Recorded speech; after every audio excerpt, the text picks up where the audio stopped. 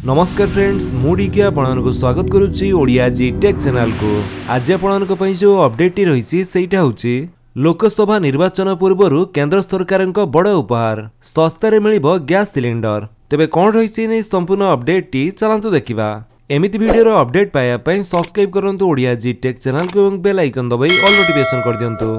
अंतर्जातीय महिला दिवस रे लोकसभा निर्वाचन तारीख घोषणा पूर्व मोदी सरकार महिला मानक एक बड़ उपहार देइछंती।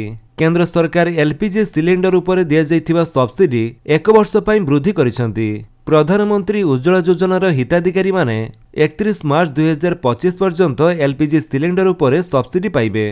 प्रधानमंत्री नरेंद्र मोदी अध्यक्षतार अनुष्ठित कैबिनेट बैठक में एलपीजी सिलिंडर उपर सब्सिडी देवार अवधि को 1 वर्ष वृद्धि करने को निष्पत्ति एही निष्पत्ति संपर्क में सूचना दे वाणिज्य मंत्री पीयूष गोयल कहिसंती जे प्रधानमंत्री उज्ज्वला योजनार हिताधिकारी को दिया जाइतिबा सिलिंडर पिछा 300 टंका सब्सिडी योजना मार्च 31 2025 पर्यंत वृद्धि करा जाइछि।